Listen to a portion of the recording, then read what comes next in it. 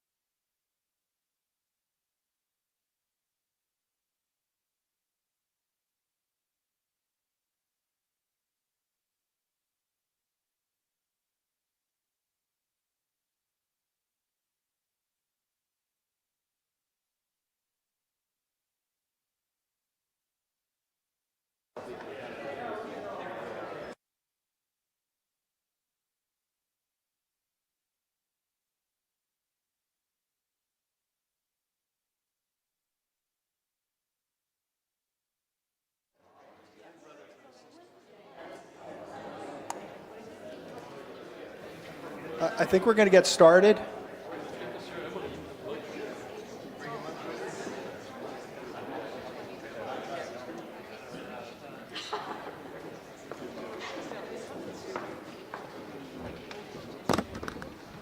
So thank you very much for coming out today on such a beautiful weather day.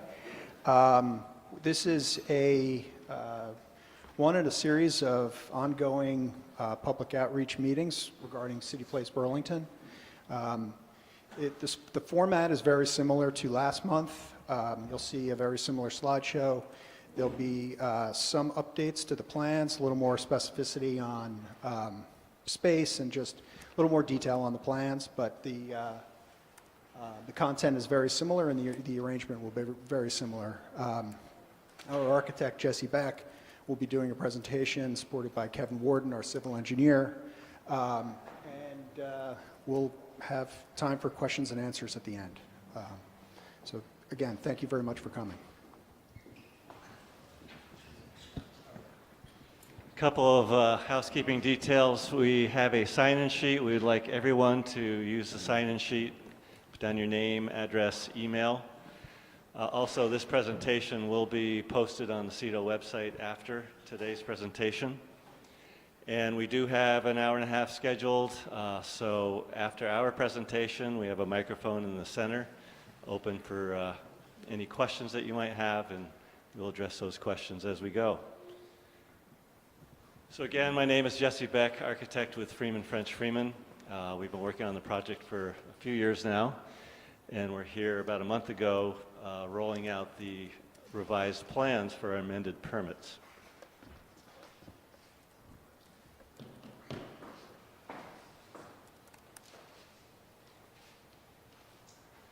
So just to reorient people to the site,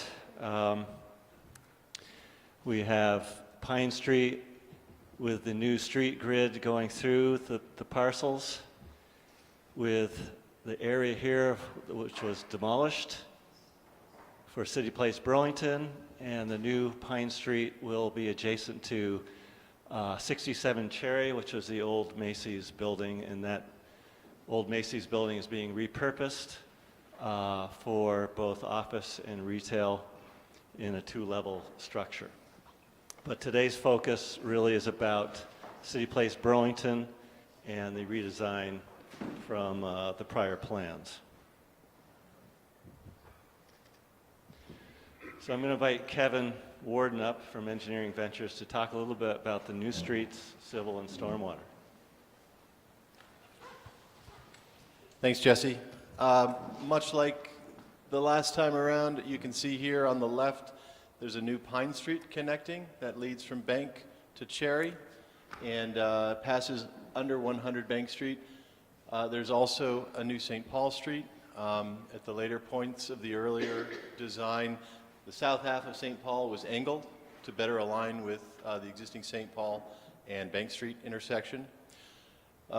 Mostly from a streetscape, very much the same as before. The Great Street standards have been updated in the city of Burlington, so these plans now incorporate those standards. The main significant change to point out is the access to the parking within the structure was previously on Bank Street and on Cherry Street. Those access points have now been moved to Pine Street.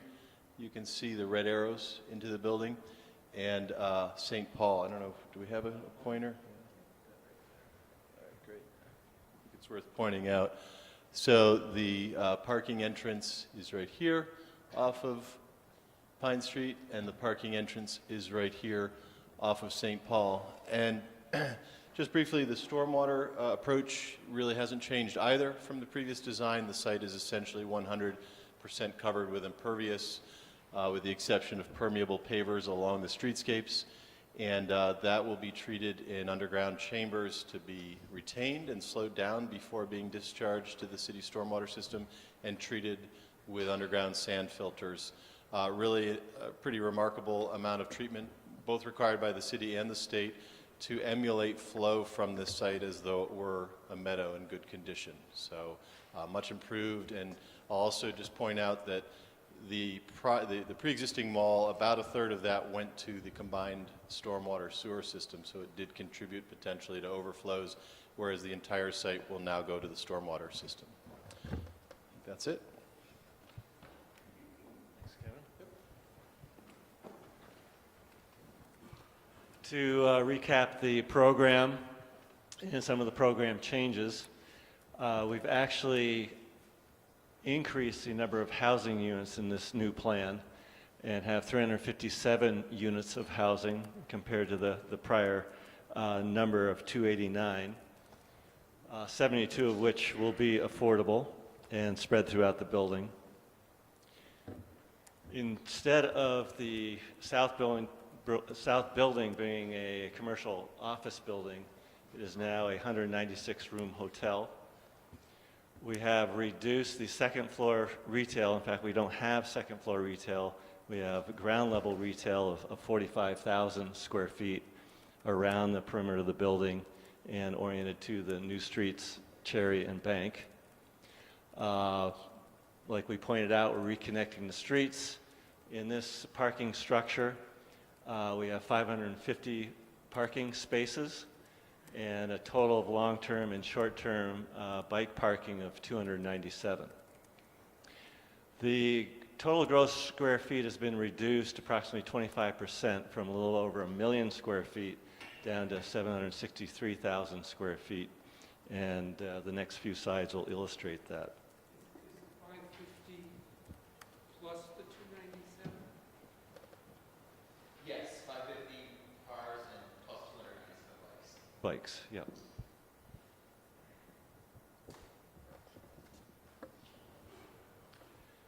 So the revised program takes the building and the mass from the 14-story on the north side of the building and brings it down to a 10-story building off the average grade.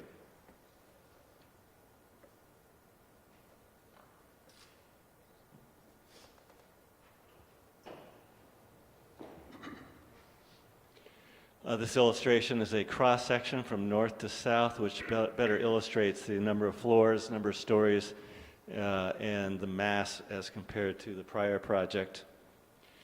So in gray and this red dotted outline will show you the bulk and the height of the prior project. That's the north side. This is on the south side, which was the office building with the mechanical space on top,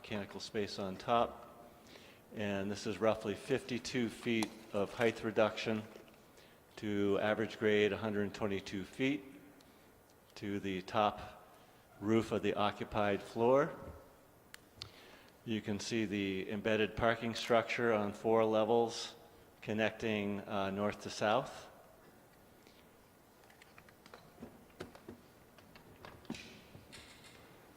And this is the current plan in section.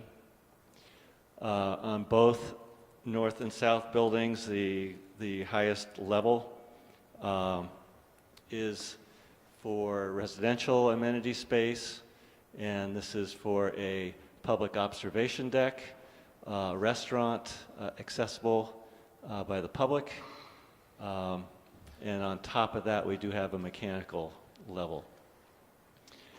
We have a full level of basement parking, which we'll show you in plan. We actually will be going through the plans of each level of this building. And here you can see Cherry Street and Bank Street. This color is the retail space fronting the streets.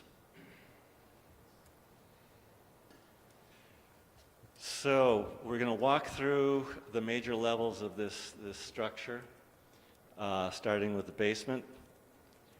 We have 208 parking stalls below grade, which are accessed via the residential lobby, the hotel lobby, a public access lobby off the new St. Paul, and then a service freight elevator and stair. This square here is the footings and foundations of 100 Bank.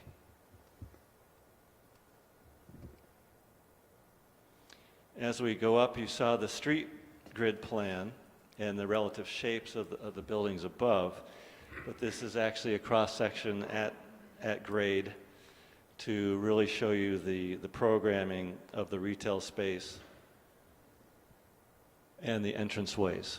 So as Kevin pointed out, we have a garage entrance off the New Pine, which is next to a residential service dock, and the entrance off St. Paul, which is relatively flat. Before we had very lengthy and steep on and off ramps into the garage, so we've eliminated those.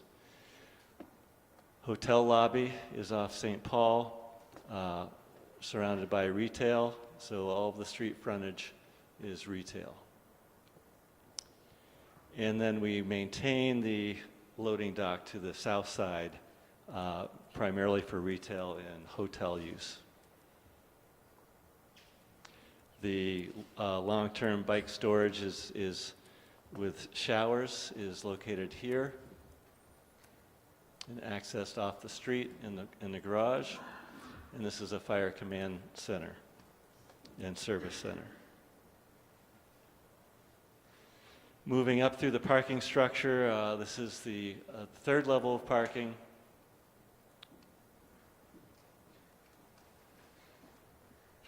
And the fourth level of parking is where you start to see the upper levels of the north and south building.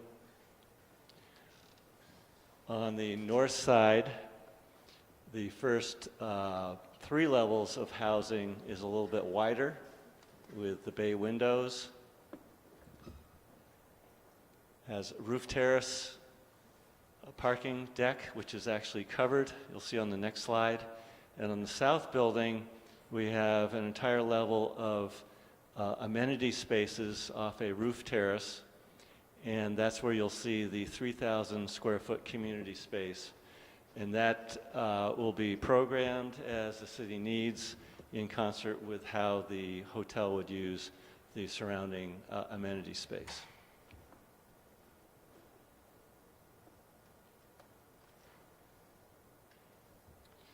Moving on up, you start to see the covered parking area in this shaded zone, and our green roof or our stormwater collection zones, which are both over the parking, along the front of the step back.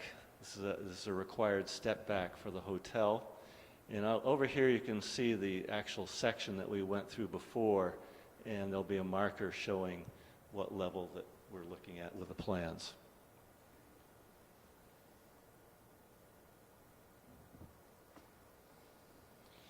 The next series of floors, levels 4 through 8, are both hotel to the south and residential to the north. You can see the step back of the building mass with roof terraces that are accessible by the units around the street facade.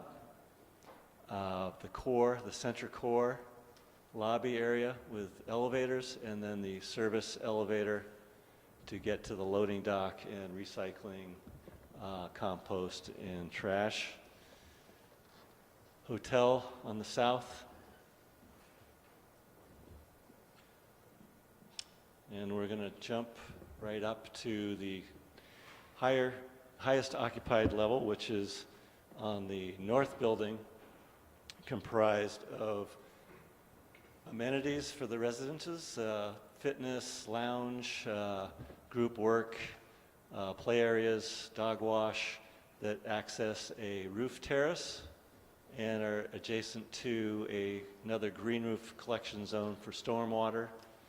And we have mechanical space on the same level on both sides. So you can see that the 10-story building is actually to the last occupied level, and the mechanical is adjacent to that.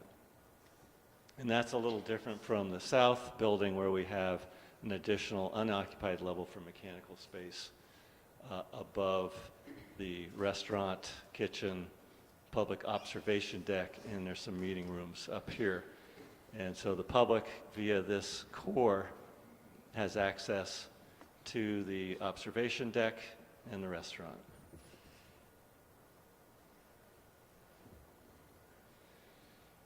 So we really want to take advantage of the height in the roofs for solar. So we have PV arrays of about 18,000 square feet, capping the project. And this is the mechanical level unoccupied with its own PV array on top of that.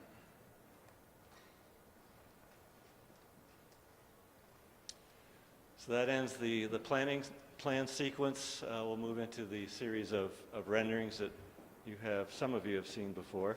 There are quite a few new faces in the audience. So I'll walk you through. This is the rendering that you saw at the opening of the presentation. The new St. Paul LL Bean exists on the corner. The Cherry Street access, and you can get a glimpse of the hotel in the background.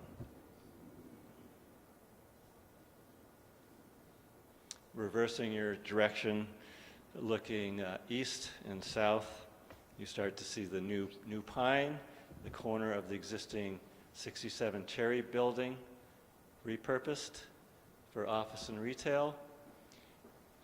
You can start to get a glimpse of the parking garage entrance, the residential loading dock, retail wrapping the corner, and moving down along Cherry Street to the east. So this is the first 3 levels of residential, followed by the top 5 levels, step back on the mass, and then the amenities stepping back on top.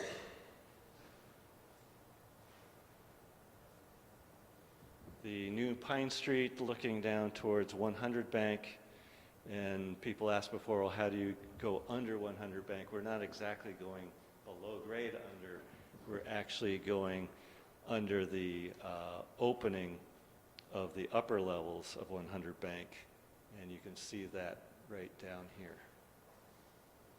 So this is a sloping street which will go underneath the higher portions of 100 Bank.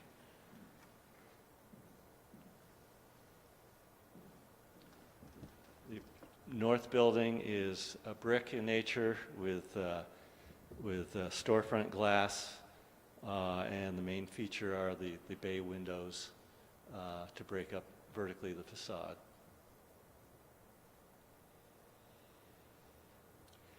New St. Paul to get you a glimpse of how you enter the parking structure, which is between the hotel, the south block, and the north block. Again, the retail wraps all the way down the New St. Paul. This is the public entrance to the parking structure and the different levels of the parking structure.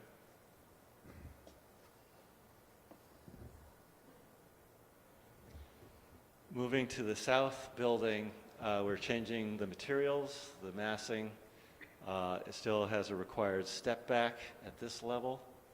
So this is the community space approximately here, the 3,000 square feet, which is part of the second level of the south building, which is the amenities to the hotel, workout center, conference room. There will be access to warming kitchens to service the community space and the hotel functions. The lower level is retail, flanking the hotel lobby. So this corner could be a restaurant, could be retail, more retail running down Bank Street to the south loading dock and the mass of 100 Bank.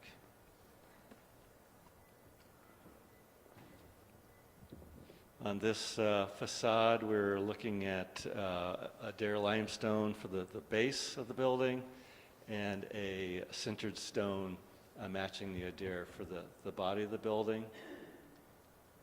This is the top floor observation deck with the corner opening up for views of the lake, Adirondacks, partially covered, and then the mechanical level on top. This again is a 10-story building from average grade to the last occupied roof of the floor with the penthouse on top. A little closer in view of how this corner could look. The great streets will be really developed further. This is really an architectural rendering to show off our wonderful building, not necessarily the landscape, so we'll get there in the next round of renderings when we start to coordinate the city's civil engineer with Kevin's firm. This is a pretty good illustration, though, of how we would use the curb to the retail to the face of the building.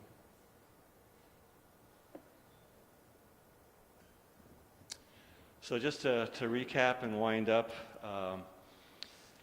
the public benefits that we talked about a month ago still remain the same, and really it's all about downtown housing and including affordable units. And since we've increased the number of units, that increases the percentage of affordable. We are still reconnecting the two public streets to restore the street grid.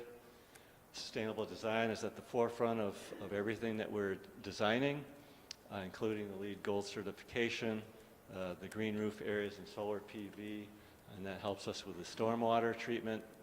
It's 100% treatment for the site. Community access, again, is a discussion and part of the project, the community meeting space, the observation deck, and bike parking. And then the change from the office to hotel helps change the meals and tax revenues. We did not drill down deep into the schedule last time, so these two slides will give you a better feeling for where we are, where we're headed, and what it's going to take to get there. This first slide is a month-by-month close-in view from now through where we hope to break ground, which is middle to end of August. It's all contingent on the permit process and the flow of the permit process. So this first block is the Burlington Planning and Zoning step, of which we are planning on submitting the end of February, beginning of March, to trigger a DAB session, March 24th, and a Development Review Board on April 23rd. And that is another opportunity for public to come and ask questions. So that review and approval is approximately 2 to 3 months in length. The next step, which is new to this project, because we're amending the permit here, but since we changed the use from commercial office on the south side, we've changed it to hotel. That has triggered the Act 250 process. So we have already begun our letter writing and narratives to get the Act 250 submitted roughly the beginning of May. But first we need to secure allocations and renew some prior permits for water, wastewater from the Agency of Natural Resources at the state level. So we have both the state process moving along and the city process moving along. And at this point, we'll have enough information collected and assigned so that we can package the full Act 250 submittal, which will trigger a downtown review, which is an expedited Act 250 review. So it's a little different than a project outside of a downtown. And our expectation is 2.5 months. We should have secured our Act 250 approvals. A couple other elements of this schedule. Currently, there is a development agreement with the City of Burlington that has revisions due to the redesign and the nature of the redesign. Those are being drafted and going back and forth.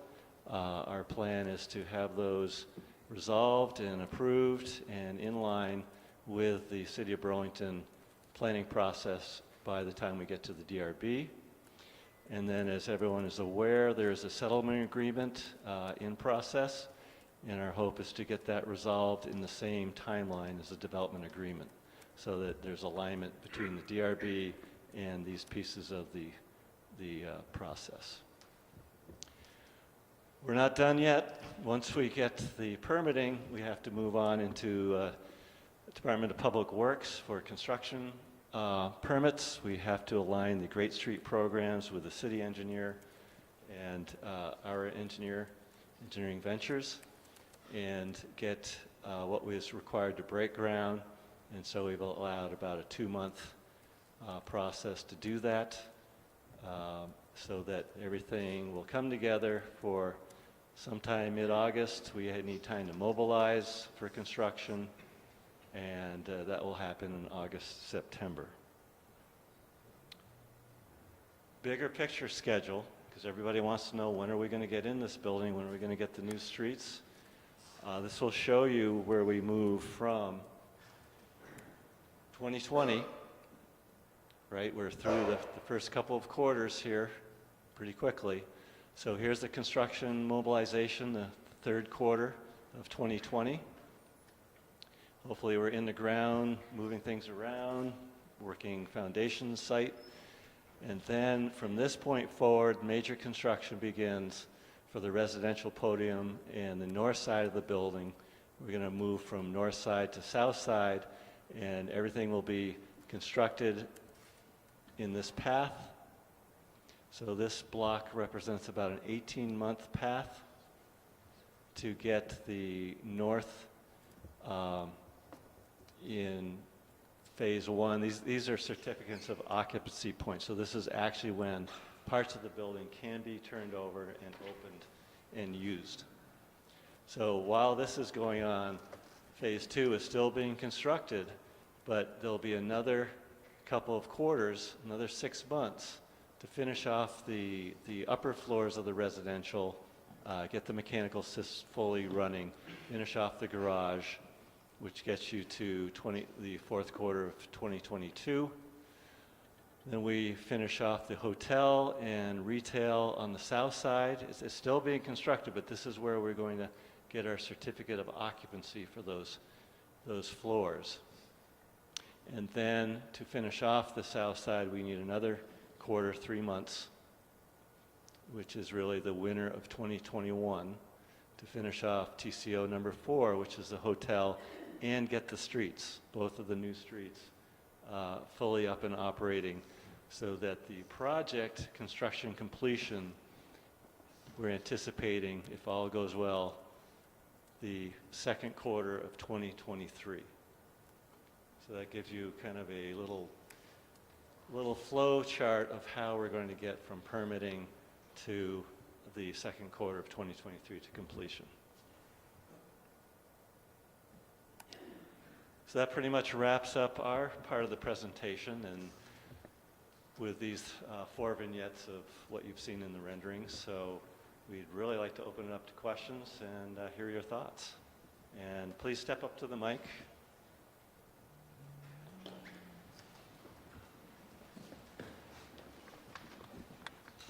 Hi, I'm Greg Eplerwood. I'm sorry you guys didn't introduce yourselves, so I assume that you're both Brookfield and engineering venture reps. Oh, we can do that right now. I'm Jesse Beck, architect with Freeman French Freeman. Okay. Thanks. Kevin Warden with Engineering Ventures here in Burlington. I'm Anand Olson. I'm with Brookfield. Okay, thanks. My name is Anand Olson, Aanenolsen, and I'm with Brookfield. Okay, thanks. I have, I guess, 4 questions. I'll just rattle them off. Okay. 4 questions? Yeah, really fast. Yeah. In the vertical and the footprint diagrams, there was this gray area in the area labeled over the parking area. I'd like to know what that is. I couldn't read the label there. Secondly, the mechanical above the apartments. What are you doing to isolate noise and so on from the, the ceilings of those units? I guess Brookfield will own the hotel, and then it will be, does Brookfield now engage companies to manage the hotel? I'd like to hear about that. And then also, when will the streets be opened to pedestrians and traffic? Thanks. Sure, yeah, we'll go through the architecture a bit here. Streets was that second quarter of 2023 on the schedule chart. Also, all this will be posted on the CETO website, so you can study and drill down a little bit more yourselves as you go through the plans and the elevations and the schedule. But yeah, the streets will be open to the public that second quarter of 2023. The mechanical space, we do have important sound transmission classifications that we have to stick to for sound moving from floors vertically and through walls horizontally. So we're very in tune with making sure the proper insulation and isolation of that mechanical equipment occurs. These mechanical spaces are above apartment buildings all the time, but you do have to take care to isolate that. The mechanical equipment will have walls fully around all four sides with louver systems and baffles so that sound will not be an issue. We do have a sound report, which will be part of our planning and zoning submittal done by engineers who are specialists in sound and buildings of this type to show that there is no impact of that equipment. Gray area.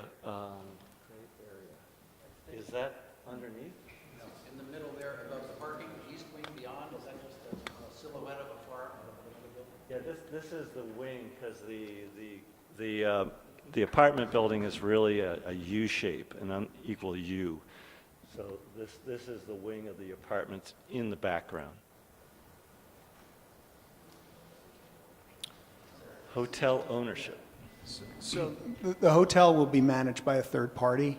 There are a number of groups interested in that operation, and frankly, they're very good at it, these third-party operators. This is their business, and they know it well, and they're the best suited to do this, including an outfit based right here in Burlington.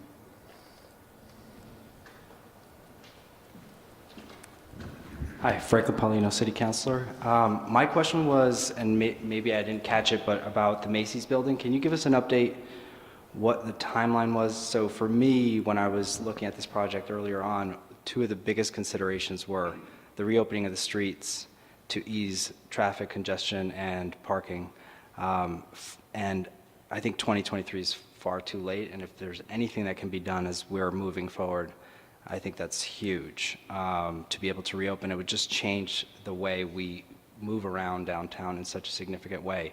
But the Macy's building was also one of the selling points that I felt was going to be the first project that was going to start moving forward, since there was a tenant that had requirements. So can you talk a little bit more about that?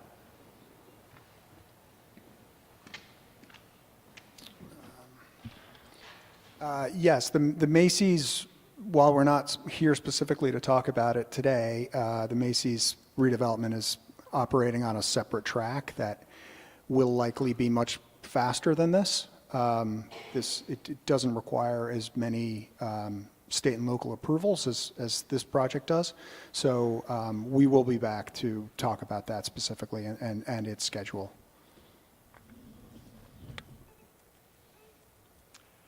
Yeah, just to add on to 67 Cherry, it's really a repurposing of an existing building using both of the existing levels. And that is an internal staff review at the city level, so that shortens the length of time that we can get into the construction period. So yes, we are anticipating a faster timeline for that project. Hi. Hi. Good enough, though.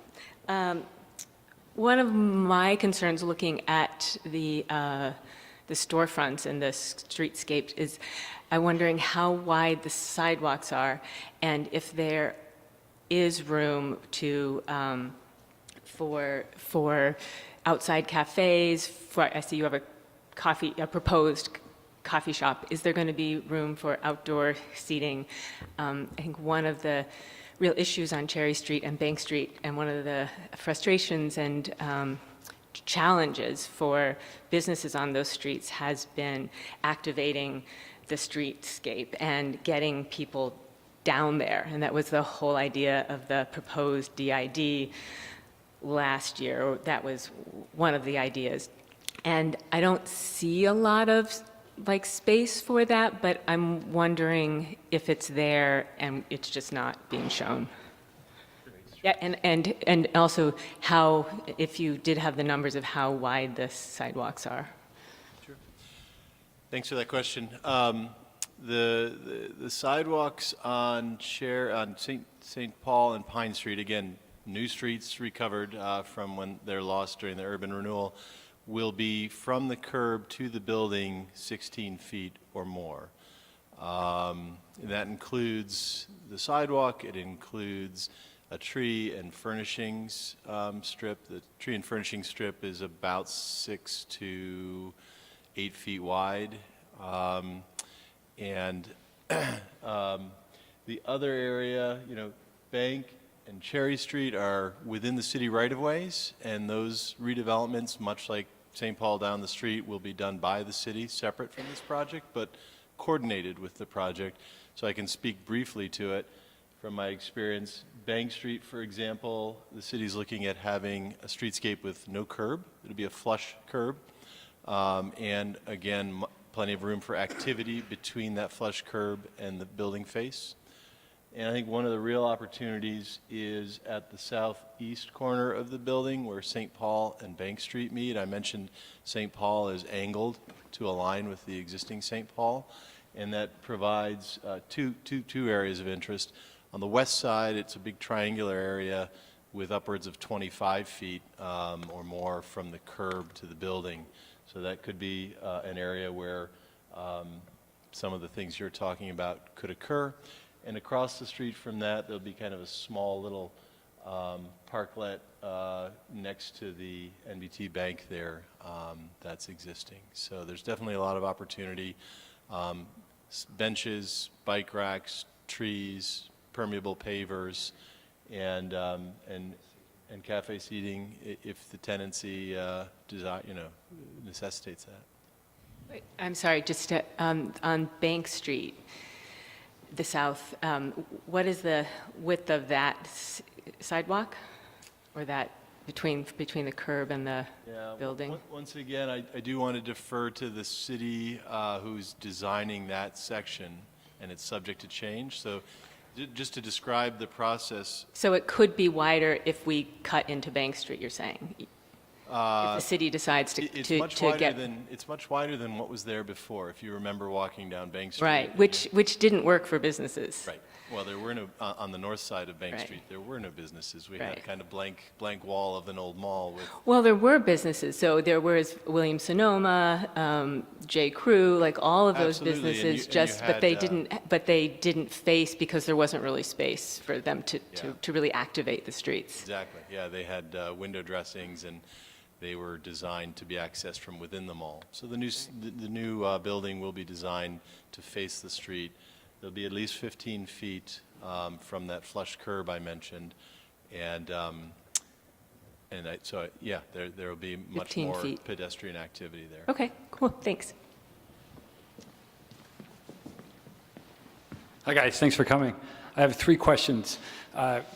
We know that Brookfield's here, but do we have representatives from Don Sinek's office as well?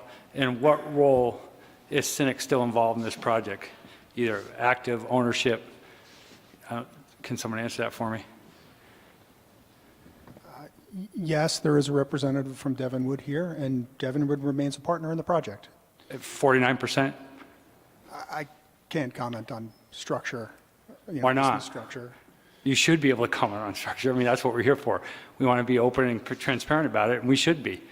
I think that's unfortunate. And I think going forward, I think that's a big hurdle for you guys, is confidence in this project. So I would urge you to be open and transparent about who's involved in the project. Secondly, not a big thing, but I noticed was there 579 parking spaces the last time, or was it 550? And the reason I ask that, because I still don't get the math with the parking because it doesn't seem like there's even close to being enough if you add everything up with retail, hotel, apartments. I mean, so, I can address that for you. The prior project, which was over 1 million square feet, had about 761 stalls. This project has 550 spaces, and in real general terms, that equates to a 25% reduction in square footage, about a 25% reduction in parking. At the same time, you look at both planning and zoning formulas for what is required for these occupancies to come up with a count, and we look at the market. What does the market drivers to have the number of spaces that you need to sell your building or lease your building or whatever? So we are, by planning and zoning purposes, we're over 180 stalls higher with what we're building. So through planning and zoning formulas for housing, for hotel, there's zero requirement for retail. Office We space. have, They've moved to other floors within the building. There are ways to secure the occupied floors and the floors with rooms away from the public. There are dedicated elevators, so they're really the best person to occupy this. And a hotel, by its nature, is a semi-public building anyway, much less than a contemporary office building, which is very restrictive on who can get in and out. And even a residential building is very restrictive in the times we live in. A hotel actually offers the kind of the best permeability to the public.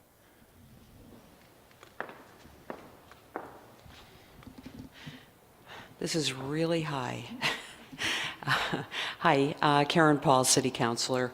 I have a couple of questions. The first is perhaps maybe I misunderstood, but I did think that at the last meeting that you had about a month ago, that you had said that you would be coming forward with schematics on the former Macy's building at the next meeting. And so maybe I misunderstood, but I understand from the answer to Councilor Polino's question that that wasn't your plan to do that today. Do you have a timeline on when you're going to be bringing that forward to the community? We don't. We're still working on details of our anchor tenant. We've re-engaged formally with that entity, and as soon as there is some news or some confidence, we'll bring it forward. Okay. The other thing is yeah, add to that, we did talk about appearing at the NPAs, and we were trying to get scheduled for, I think it was April, and the agenda's full, so then we're going to try for May. So our plan is to appear at the NPAs for 67 Cherry at the appropriate time. Okay. Well, I can't speak for the Ward 2-3 NPA, but there are people that are here that could, and I wouldn't be surprised if they might make the accommodation too. We're in communication with them, and we've tried. Okay. The other thing also, the Church Street facade, there's obviously a fair amount of excitement about what that's going to look like. When do you think you'd be coming forward with that? Yeah, I mean, there's no real timeline for that. We're trying to get through over the biggest hurdles. That's the fun part of the project. Okay. And then two other things. The first is I did hear from a number of constituents who were disappointed that the meeting today, there's only one of them, and that the meeting is only at noon, which represents a significant hurdle for many people who cannot be here in the middle of a work day. And at the last meeting that you had, you did have a meeting at noon, and then you had one in the evening. I don't know what the reason was that you didn't have one this evening, but would encourage you, if you want to speak to it, I would be interested in hearing what your plan is. But that there are a number of people who reached out to me and felt that you weren't really fully engaging the community if you're having a meeting in the middle of a workday when many people can't be here. I cannot speak to the reason why. It may have been a scheduling issue. It may have been, there may be a conflict with the room. I cannot I don't know. Well, the meeting is yours, so, Yeah, it's really, we had the biggest turnout at lunchtime last time, so we figured that this would be a good time to hold a meeting. And there's going to be subsequent meetings through the whole process of planning and zoning. So we also brought handouts, so I didn't mention that earlier. Over on the table, there's handouts showing you pieces, the important pieces of this presentation with the data and information. And we are going to be posting this show on the CETO website for everyone's access at any time they want. And I think we have public access TV and the stations here. So we have one meeting today, and that's always scheduled. okay, well, I, having been at both of the meetings at the last time, there were people in the evening, and the people that were here in the evening primarily were not people that were here at noon. So just mentioning that there were a number of people who reached out to me who were disappointed that they could not be at the meeting in person. And then the last question I have is just simply, you had mentioned briefly about the lawsuit that you have with various appellants, and I'm wondering, you had said that you were in the process of coming to resolution with that, and wondered if there was anything else you could add to that. I cannot comment on active litigation. But what you said in January versus what you're saying now is different. Is there a reason to believe that there is progress being made? I cannot comment on active Okay. litigation. All right, thanks very much.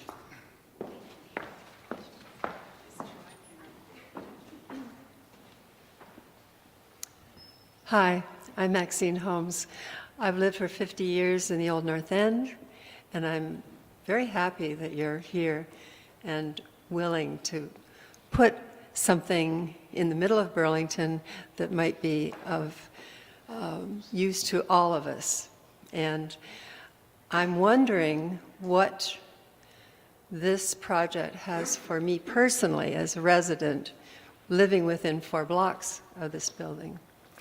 And I'm very concerned about the fact that we have half of our years pretty awful weather, winter, rainy, very cold in the late fall, early spring. It was nice to have a mall to go walk inside and get our exercise, see the shops, meet people, socialize. And it was a very welcome place to be.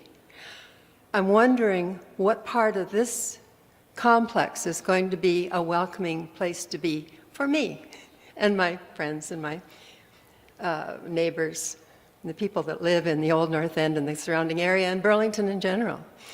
And where can I go to get away from the weather? Like I have to go, it looks like I have to go from shop to shop. If I'm shopping, I have to go outside, inside, outside. You can't just take your coat off, leave it somewhere, like in your car, and walk around like you can at the mall in South Burlington. It doesn't look like it's a welcoming place weather-wise. Is there an awning or some kind of a projection over the walkways around the building so that the ice and snow don't fall on our heads or keep us sheltered from the weather? Just a question. That would be nice to have. The other thing is access to the roof. I know that the view from that roof is the most beautiful view in this part of the world. It absolutely is. It could be a big money maker and draw for the whole New England area. You can see the mountains to the east. You can see almost to St. Albans to the north. You see right across to the Adirondacks and to the west. And to the south, you see Mount Philo and way down almost to Lake George. I know that I get excited about seeing these things on a regular basis. And I would be very excited if I could, oh dear, I'm getting excited. If I had a place where I could come within walking distance and go right up to the roof and really enjoy being here, scenery-wise. And then have shops to go to fine. Also have maybe a little restaurant, maybe a place where I can have coffee and a croissant, whatever. How big is that place on the roof? I didn't see. Is there a bird's eye view of the rooftop? No bird's eye view. Can you tell me what's up on the roof? Sure, we have a plan, and maybe it'll help. Get it up. So this restaurant, so if you're comfortable walking into a lobby or an open hotel lobby, Oh, they're fine, yeah. then you have access to elevators which will bring you right up the 10 levels and bring you out right here. Okay. And you can choose to have a restaurant experience, or you can choose to go directly out. Now, the restaurants, do they have windows going in that look out in all the directions, or? This is all windowed restaurant. Okay. You have a roof overhang so that in inclement weather, there's protection for outdoor seating. And this restaurant is quite large. It'll seat 150 people. Okay. Inside. Okay. Now, With another, 70, 80 people outside seating. so that's quite large, that green area. Yes. Okay, and maybe it'll be green with maybe potted plants, bushes, trees, That's, grass. once we get through permitting, we can get rid Yeah, of those details. And I'm envisioning a place like the La Samaritaine department store in Paris, where you could go, you have a dedicated elevator that takes you right to the top, free, and you can wander around, there's pathways, there's trees, you see the city in every direction. It's wonderful. How about that other building? Does it have a rooftop with greenery?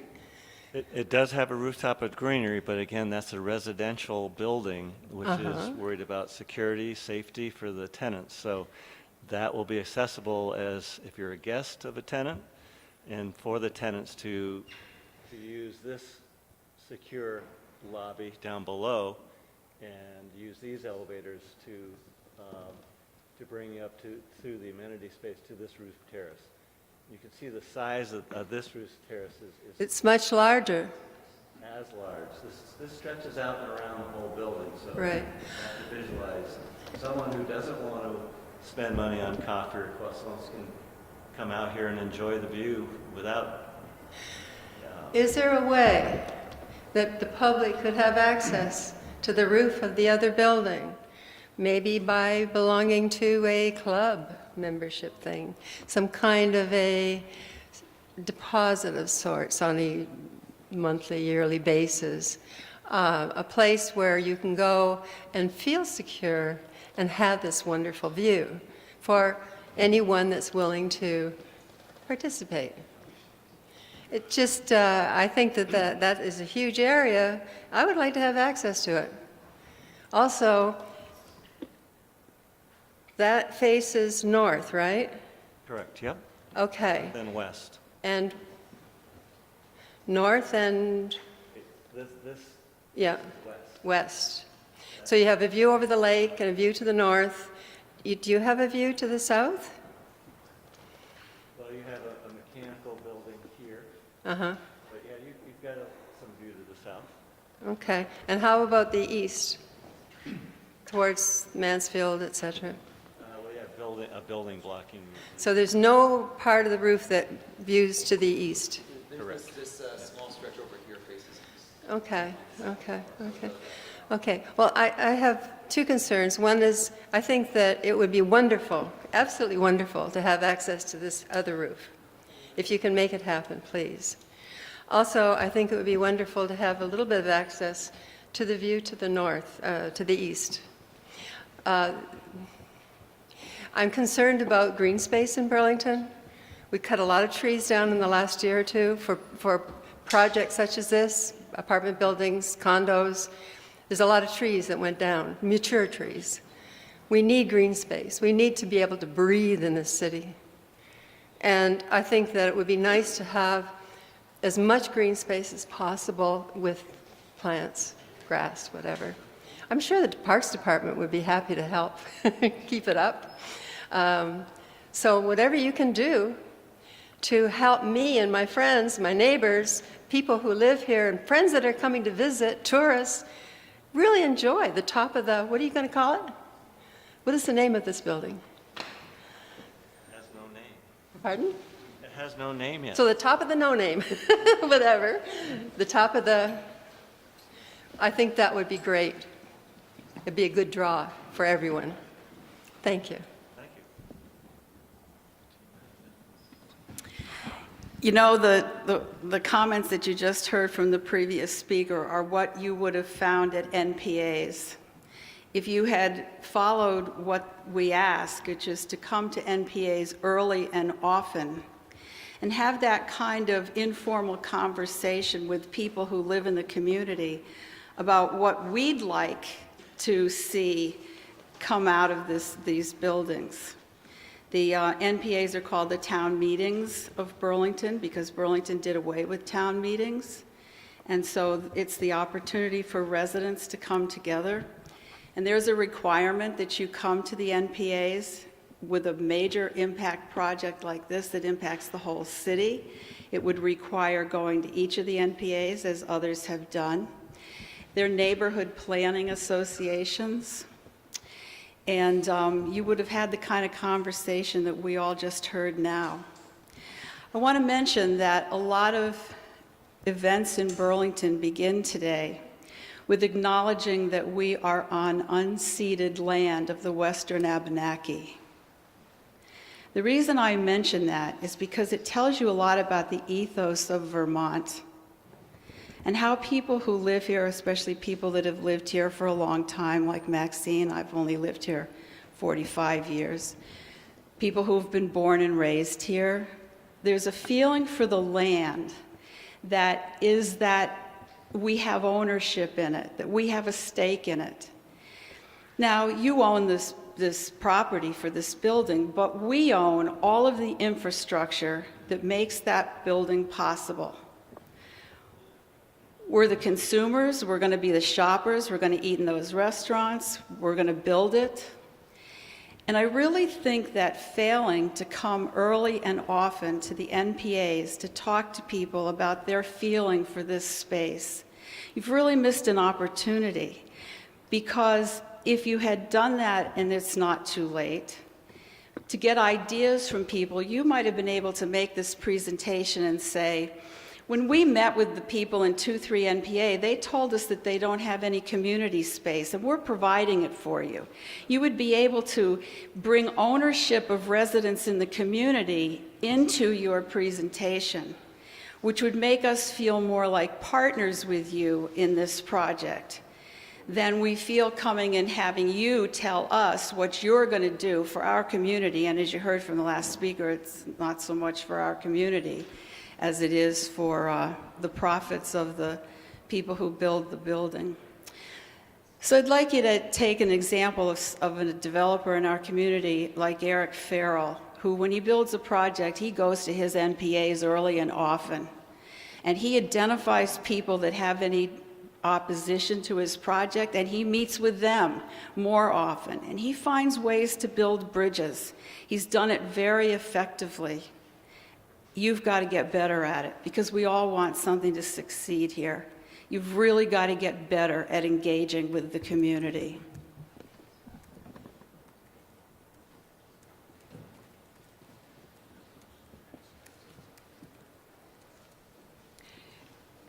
I'm back. I wasn't planning on coming back, but myself and Charlie Giannoni are members of the Ward 2-3 NPA, and we've been on the emails with you. And I just wanted to confirm what Karen said, in that we do have space in our agenda for both March and April. So we can accommodate you either or both of those months. Okay, that's good news to hear. Thanks. Good afternoon. I just want to ask about a couple quick things, or three. One is, if I'm not mistaken, when the project started to show signs of life again, there was a commitment to restore the parking on the streets and the walks, the sidewalks that had been taken away. And it seems like a few of those parking spaces have come back, but only a few, 7 or 8 or something like that. What's going on that count? Well, if you go through the questions, we Okay, so that's the first one. Next one is financing seems to have been a problem, perhaps the central problem that created the hiatus in the project after the demolition had been completed. And I'm wondering if financing has been secured, if the project is pre-approved for financing somewhere. And then finally, the TIF issue. I know that the legislature has to authorize or extend a deadline or something of that kind to allow access to TIF funds that was anticipated earlier in the project, and I wanted to see if you're still anticipating using TIF funds and how that's going to work and what the sum might look like with the modified scale of the project. For the first item, parking on the streets, I think I can answer that one. That was coordinated last fall with the DPW. The project still obtains easements to use the north side of Bank Street and the south side of Cherry Street, but since there was no activity, we worked closely with DPW to move the Jersey barriers and return access where feasible. And what that resulted in was moving the barriers on the south side of Cherry all the way back to the curb. DPW chose to install a pedestrian way there rather than parking, which you'll see is out there now. And on the north side of Bank Street, in the west half towards 100 Bank, about 4 or 5 parking spaces were returned. The east side of the North Bank Street area, the excavations within the project to install sewer to maintain the existing mall. There's a slope that leads right up to the backside of those barriers, so they were not able to be moved during that process. Okay, so that's as many spaces as you've been able to restore. There were 30 plus, I think, that had been taken away, right? Boy, I don't have the number. I think it was more like 11 to 12. There were several taken away on Cherry because the bus staging was moved under a separate agreement with the transit center. So that is as many as we're able to return until the project has been constructed. Okay. Yeah, I mean, I guess I can just, I can talk about financing. I mean, there's not really new news to report from a month ago. We're exploring every option of financing. It's a little premature to have a commitment in place without a GMP, without approvals. Okay. So we are working through that. Everything's being explored. It's an opportunity zone. There are numbers of avenues for financing. Okay. And the TIF, yes, the TIF is kind of an integral part of the negotiation of the development agreement that Jesse alluded to earlier today. So that is an ongoing issue. The plan is to use the TIF funds that are available from the scale of the new project. If it's not all of what was available under the original scope, we would use what was available. And we think the calculation works out right now where it will cover the costs of the new streets and any of the new infrastructure. And is there an impending deadline that Montpelier would need to address with TIF to allow TIF funds to be used? It's all kind of pending the negotiation of that development agreement. They essentially gave us an extension of the original deadline and to come back to them. So it's not all is lost. Okay, thank you. Thanks for doing this. I did grow up in the area. I remember fairly well the neighborhood that the original mall replaced, little frame buildings and so on. I remember the State Theater not far from this site. I don't, frankly, have much context for malls or multi-use buildings of this size, with one exception. And before I ask my question, let me just see if you're familiar with this as well. Have any of the three of you visited the Complexe du Jardin, the garden complex in Montreal? Yeah? I'm glad, that's reassuring to me. I think if you stop anybody on the street in Montreal who lives there and you ask if they're familiar with the Complexe du Jardin. The answer you get is likely to draw a picture of the public atrium. That's valuable to me when I'm in Montreal simply because it's a gathering place. It's a place where all sorts of different things can happen. Everything from musical performance to a fountain to really amazing kids programming during the holidays. It's a large public space. If I'm correct, the present plans call for a single 3,000 square foot function room, which is the closest I can come to that. That seems to me to be perfectly adequate for a Rotary Club meeting or a meeting like this, but maybe not to provide this sort of public heart of the building that would function in the way that Church Street itself functions, a place to gather, meet people, get out of the weather, socialize, people watch at no cost. Here's my question. How much thinking did the group planning this project do to try and come up with a possibility for that, a place where a piano might go?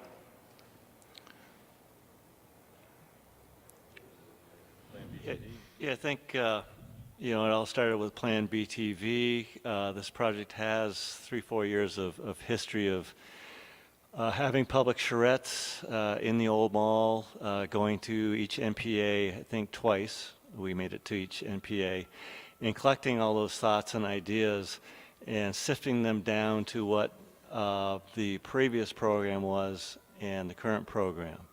So the opportunities were synthesized through that development agreement with the city councilors, City of Burlington, and all of that input to two prime activities or program spaces. One is a open public observation area, unrestricted, where you could have outdoor performances small.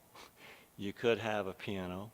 It is partially undercover, so it's sort of, you know, not all season, but multi-season. The hotel lobby could act as some of that welcoming community space to come into the elevator bank and go up. The community space was very specific in the development agreement and the iterations that it is going to be designed further once we get beyond the permitting and the construction piece, is that there would be a committee formed to study how to use it, what's its best use, what should the configuration be other than a placeholder of 3,000 square feet. And it says specifically that it should be coordinated in its use so that not only the public has access, but the other occupants of this structure can use it as well and it be a scheduled type space. So it still isn't totally defined as how that space is formed and how it should be used. But that single 3,000 square foot space is what we're working with. Yes, for a controlled, enclosed space. Yep. And I would just add to that, to dial back 6 years when Plan BTV, someone showed some housing over the mall, which seemed, you know, far-flung and farcical at that time. And now we're here. And at that time, when we'd had hundreds of, and I participated as a citizen and as on the Plan BTV team, had hundreds of people providing input. There were a lot of other ideas, like opening up St. Paul Street and Pine Street, and here we are. So those are also portions of that private property that were once public, but taken over, that are being returned, including some of the gathering areas we talked about a little earlier today. So there are, I think that's, those two streets are not quite an acre, but almost an acre, returning to public access and enlivening those portions of the city that were not at a prior time. So, thanks. I do appreciate the work you've all put in. I'd simply request you continue to think about large, enclosed, indoor public space the sort of place you'd picture a fountain or a piano or a stage for children's performances, children's programming and so forth, and that if you haven't visited the Complexe de Jardin, the garden complex in Montreal, to see what I'm talking about and how important that can be to a downtown, love to, heck, I'll drive. Thanks. Thank you.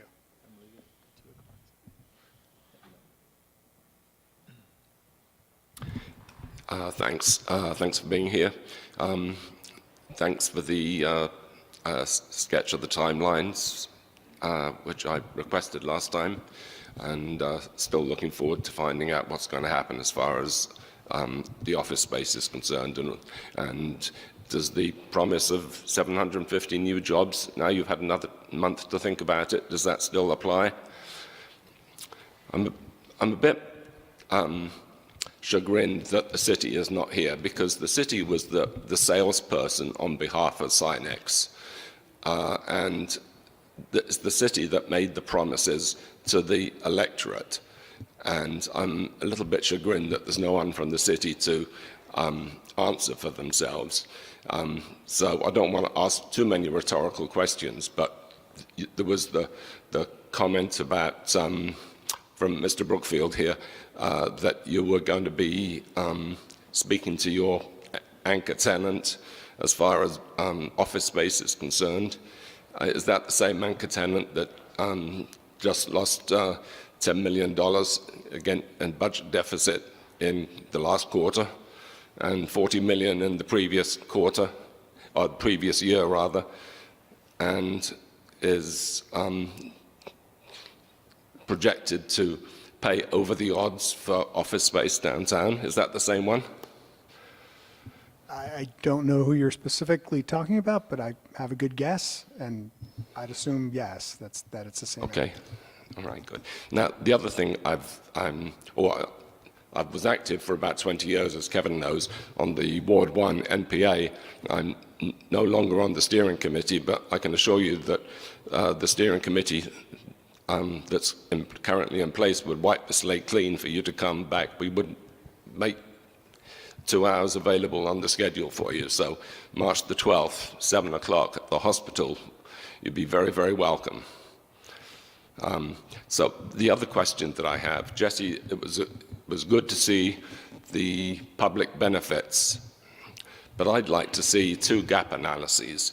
One being the public deficits. I'm not sure what the antonym is for benefits in this particular case, but what has the public lost compared with the old MAL, and what has the public lost compared with the bill of goods that we were sold 40 months ago, 45 months ago? I think you owe it to the people of Burlington who voted for this essentially in the first place. Otherwise, it makes it look as if it's just a Brookfield development and you've looted the public aspects that were sold as being such an essential part of the project and the public benefit. So I'd really like you to wrap your arms around that, and next time come up with those slides. That would be great. Thank you.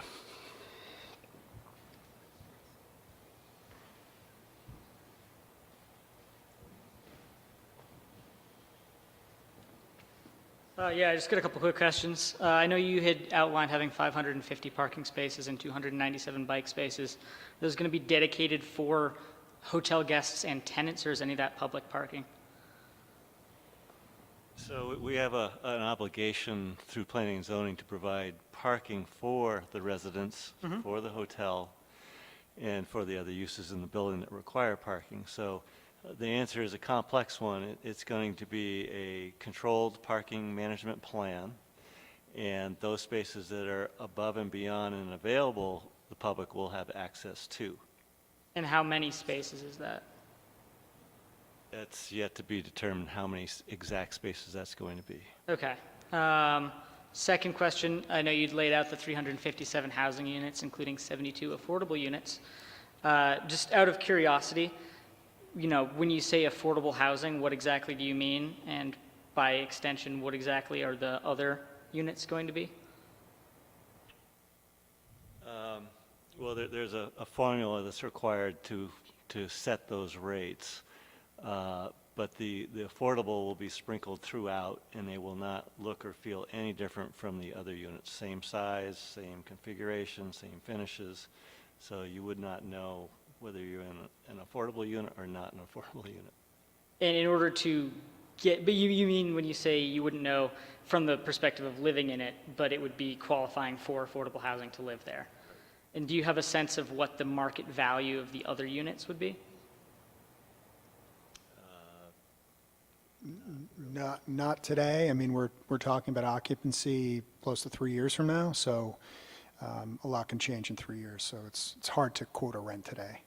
But would the idea be to have them be market value housing, or would they be sort of? Yeah, the balance would be market rate, and there's like Jesse said, there's a very strict formula on the calculation of the rent of the affordable units in Burlington. Burlington's got its own formula. Yes. That will prescribe it. But the other units could be subject to, market value as an intangible factor calculated by the ownership. Is that correct? Yeah, exactly. It's market demand. Okay, cool. Yeah, I'm just curious because I know housing is something that a lot of people are concerned about with Burlington and being affordable. So just interesting to hear what you have to say about that. Thank you. So I'm looking at the parking area. Do you know what the square footage of that white area that's between the U-shaped building and the hotel?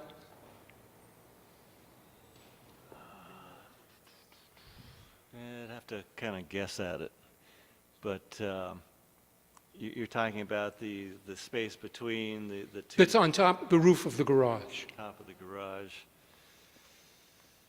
50,000 square feet, roughly. How many? 50,000, roughly. 50. So wouldn't that be a space that could be used by the public in the ways that some of the previous speakers have been talking about? Well, we're actually using it for a rainwater, stormwater collection zone, so there is a... The roof? Yeah, yeah. So that's about half of that space is to collect stormwater and bring it down to the filtration system. So that you would not want the public on that space. Okay, so that would leave 25,000 square feet, which is 10 times the community room. Still a lot of space. And couldn't that be used for all the things that were previously mentioned? And wouldn't you want to make that a public area why wouldn't you want to do that? Well, there's a lot of logistics and challenges in doing that. It certainly could be done depending on cost and expense and access and safety, security, all the technical issues, yeah. Because the parking garage is accessible to the public anyway, and the roof isn't being used, why not? It seems no-brainer, and particularly with the loss that people had with the mall and the pointing to the Complex Jardin in Montreal and all that, seems like you could do it if you want to. And I hope you will. Thank you.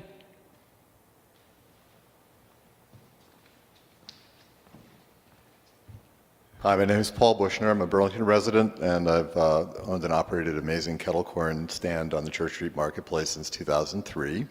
So I had a marketplace commissioner approach me on Saturday when I was out at my cart and said that you have reopened the bathrooms in the Galleria space, accessible from Church Street, and or are planning to do. So they're open now? That's correct. So I wanted to thank you very much for that, because there has been a huge demand for public restrooms, and so that's a wonderful thing that you're doing for the community there, and encourage you just to keep that open.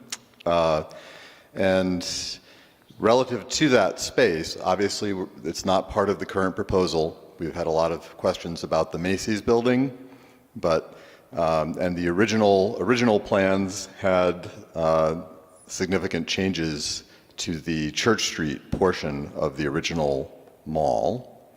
And so would be interested to hear your thoughts about potential future development in that space outside of just keeping the existing storefronts in connection to Macy's and whatever's left of the food court and those bathrooms open. So that's one question.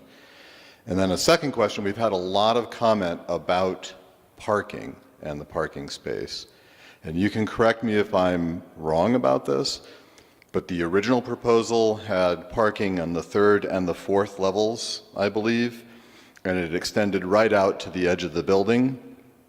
And it did look as though there was potential. None of us have a crystal ball about what transportation options will be in 25 years.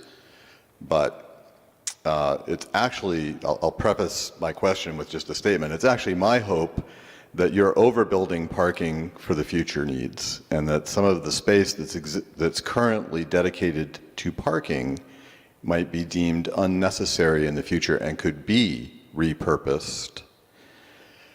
So back to the prior development project, it looked to me like there was opportunity to, at least in the curtain area of that old parking design, to reclaim that and use it as interior space not dedicated to parking.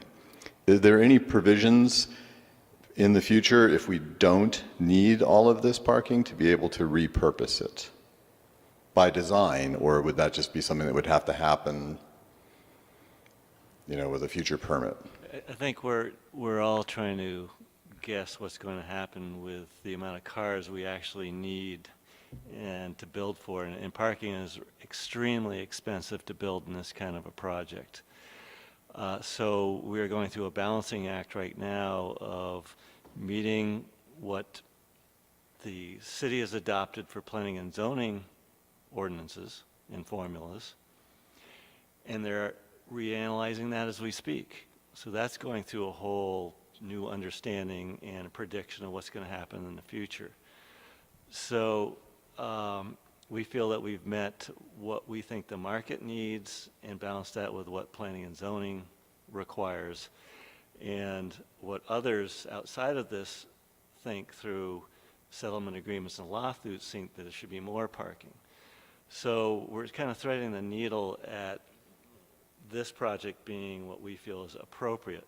Can it be repurposed? Sure. These are structures that are built to last a long, long, long, long time. So parking decks can be repurposed. They're structurally sound enough to place public space on in the future. So sure, that's part of the built-in plan, is the changing nature of something like parking. But Yeah, and I was just going to add, thanks for your comments. The first part of your comment we haven't talked much about, but the existing mall that's there now will open out onto the new St. Paul, and it'll open out at a crosswalk that's right next to the door that Jesse pointed out, which leads to that parking area. So while I'm not able to share or not aware of any other changes to that space, that's what this will result in, is a walk through from Church Street through that existing mall, and then entering out onto the new St. Paul at a crosswalk at mid-block. Yeah, thanks for that comment, because I don't think a lot of people have been thinking about that, and that's another way of improving flow. That's a pedestrian flow issue, not a traffic flow issue, but... Thank you. Thank you. And anything about other things about developing that space? Like I said earlier, it represents a great opportunity. It's just we're trying to get through the higher hurdles, over the higher hurdles at this point. Like I said, we have an opportunity. What you've created on Church Street is irreplaceable, and we look forward to being a good neighbor. Great, thank you. Hi, I'm Jeff Fucci, downtown merchant, long time, and currently with Simon Pierce. I know you've heard a lot about parking, and I sort of understand the formula really comes from the city and not necessarily even from the developer. One of my questions, though, is how is this parking actually owned and controlled? will the housing units actually own a parking unit or just have access to it? And will the hotel also have ownership of parking? Just curious as to how that works, because it seems like you've added more housing units and reduced parking, if I understood you correctly, that the project is more housing at this point, but you were able to reduce the amount of parking spaces. That was due to eliminating the office space too, so. Right. There's a 1-to-1 ratio for spaces to housing and that we currently accommodate in the garage. So we haven't reduced the parking ratio to residential. To residents. So about the ownership of it, and then also about the sizing of the housing units, like what is the anticipated, will there be a variety of square footage sizes, an average, whether it'll be a lot of one-bedroom type of housing, larger housing for families, that type of... So the parking will be managed. There'll be gates and controlled access. And yes, the hotel residentials will have sort of they'll be leasing spaces. They won't be buying and owning spaces. They're not condominiumizing the parking. So they'll have access and use as to their needs. The housing units, we have both studios, singles, and doubles. The average sizes are about 500 to 550 for studios, 820 for singles, one bedrooms, and 1140 for two-bedroom units. Thank you.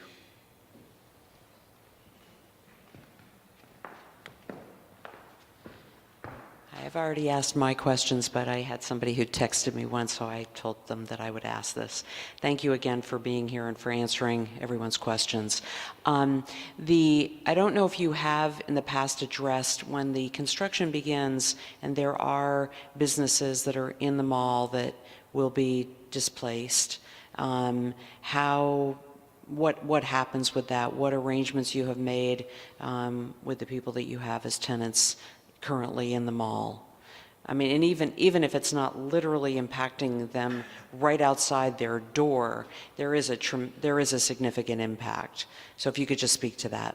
Thanks. Well, I don't think, I mean, if you're talking about the middle block construction, it's not necessarily going to affect their day-to-day life. There's no access to that space today. The mall kind of just ends. When we do get to the interior of the mall and renovate that, there are lots of ways to accommodate tenants. We do mall renovations all the time. You can move them temporarily. You can you can work at night. There are lots of ways to kind of work around an existing tenant. We do it all over the country.